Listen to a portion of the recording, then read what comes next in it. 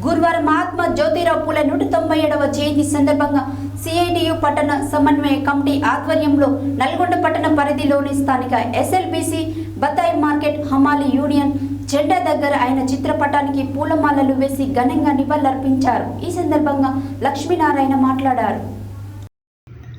గురువారం మహాత్మా జ్యోతిరావు పూలే 197వ జయంతి సందర్భంగా సిఐటియు పట్టణ సమన్వయ కమిటీ ఆధ్వర్యంలో నల్లగొండ పట్టణ పరిధిలోని స్థానిక ఎస్ఎల్బిసి బత్తాయి మార్కెట్ హమాలి యూనియన్ జెండా దగ్గర ఆయన చిత్రపటానికి పూలమాలలు వేసి ఘనంగా నివాళులర్పించారు.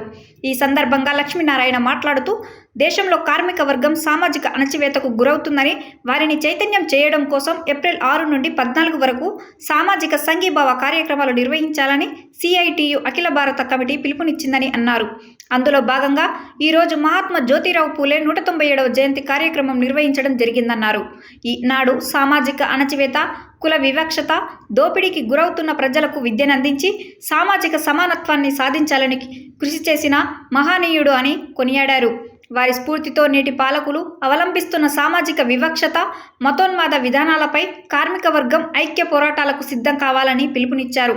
ప్రభుత్వ రంగ సంస్థలను అమ్ముతూ కార్పొరేట్ శక్తులకు అనుకూలంగా వ్యవహరిస్తున్న బీజేపీని పార్లమెంట్ ఎన్నికల్లో ఓడించాలని పిలుపునిచ్చారు.